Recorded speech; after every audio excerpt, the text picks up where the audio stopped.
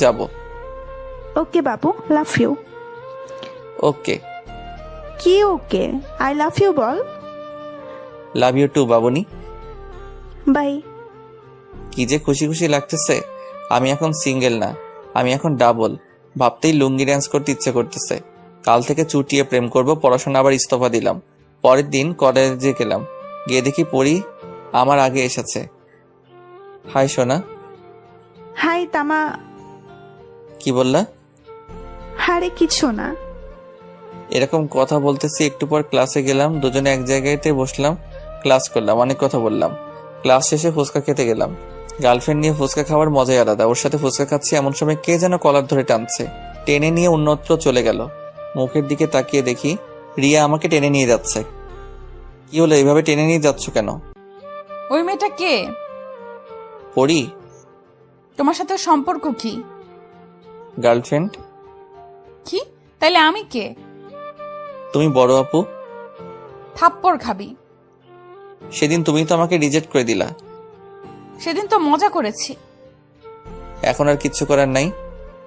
আচ্ছা, ভালো থেকো। বলেই রিয়া চলে গেল। অন্যদিকে রিয়া আমার কলার ধরে নিয়ে গেছিল, তার জন্য পড়ি হিংসায় জ্বলছে। মেয়েটা কে? রিয়া উপরে থাকে। উপরে থাকে মানে? আমাদের বাসার উপরতলায় থাকে, আমি আপু বলে ডাকি। সত্যি তো? না হলে কিন্তু তোকে আমি খুন করব।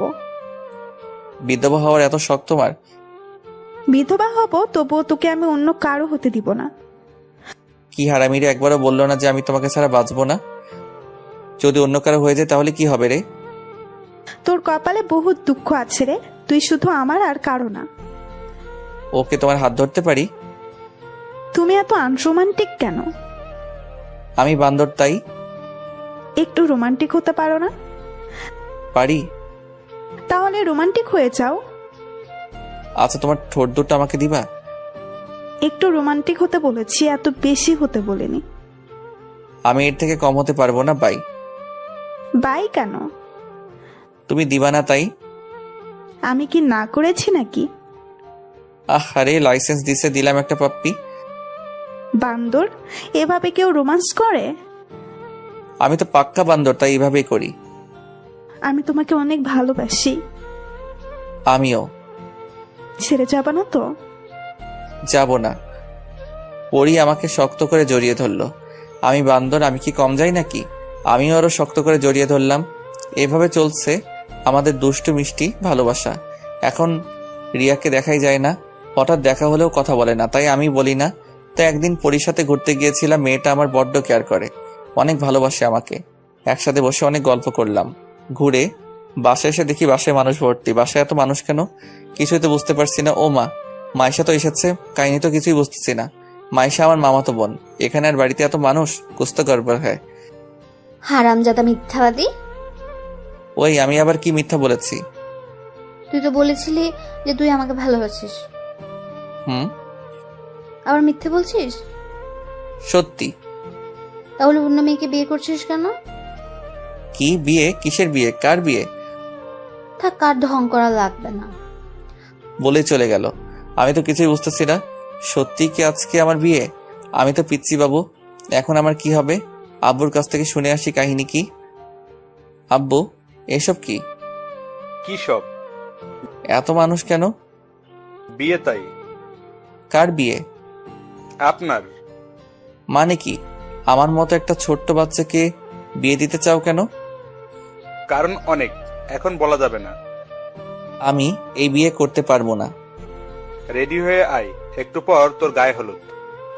আম্মু আব্বু কি বলে?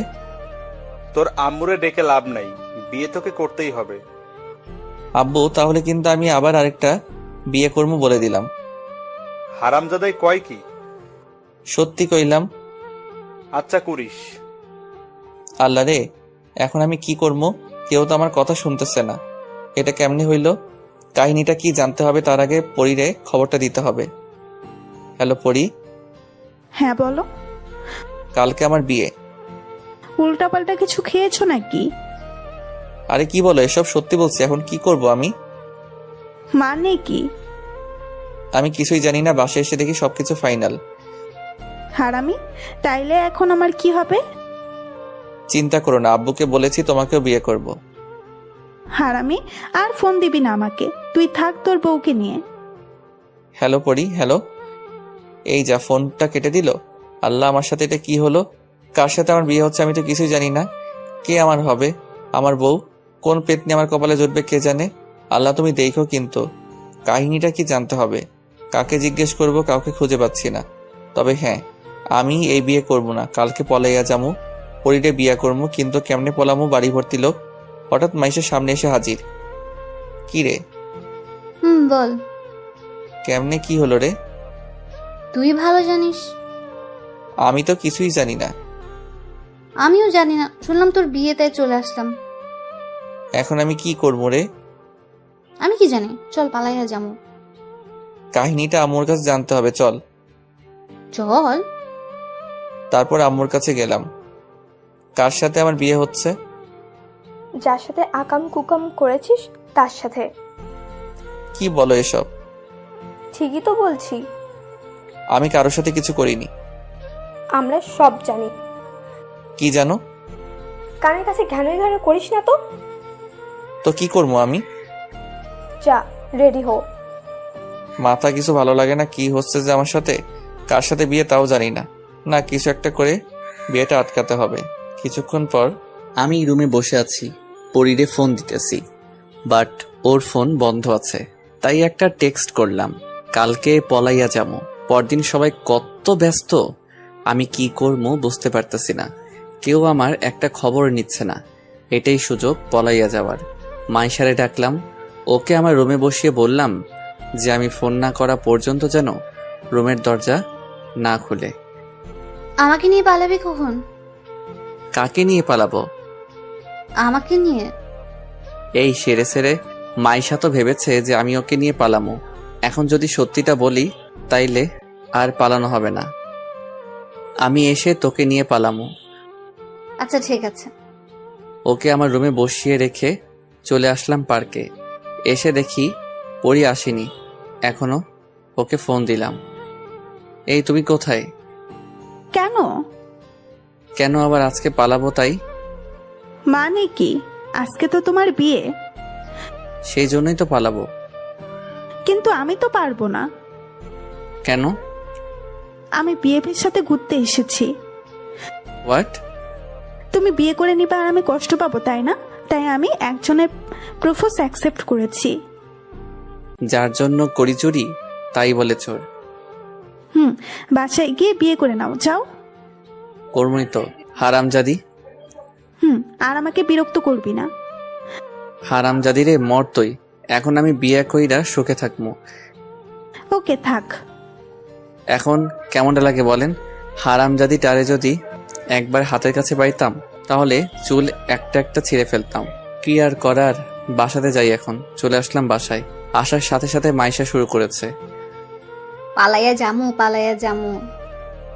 বিরক্ত হয়ে বললাম, আমি যাব না, তুই যা। কার সাথে যামু? যার সাথে ইচ্ছে তার সাথে যা। তোর সাথে যামু। আমি যাব না। তাহলে আমাকে বললি কেন? ভুল হয়ে গেছে মা, মাফ করে দে, এখন যা। রাগে গজগজ করতে করতে রুম থেকে চলে গেল মাইশা। এখন আমি বর্ষে যে বসে আছি। আশ্চর্য কথা হলো, আমি আমাদের বাড়িতে আছি, বুঝতে পারতেছি না কার সাথে বিয়ে হচ্ছে। আরে মাইশা তো আমাদের বাড়িতে, আর আমি এখানেই বসে আছি। হায় আল্লাহ, মাইশার সাথে বিয়ে হচ্ছে না তো? মনের ভেতর খটকা লাগতেছে। এসব কি হচ্ছে আমার সাথে? কিচ্ছু বুঝতেছি না। মাইশাকেও দেখছি না, তার মানে ওর সাথে বিয়েটা হচ্ছে। জানি না কার সাথে বিয়ে হচ্ছে। একটু পর আমার বিয়ে পড়ানো হলো। কি হলো আমার কিছুই মনে নেই। মেয়ের নামটাও শুনতে পাইনি ভালো করে। যাই হোক, বিয়েটা আমার হয়ে গেল। আজ থেকে আমি পরাধীন। আজকে আমার গলায় শিকল পরানো হলো। আজকে আমার বিয়ে হইল। ভাবতে অবাক লাগছে, কি থেকে যে কি হয়ে গেল বুঝতেই পারলাম না। কিন্তু এটা আমার মাথাতে ঢুকছে না যে কার সাথে বিয়েটা হলো।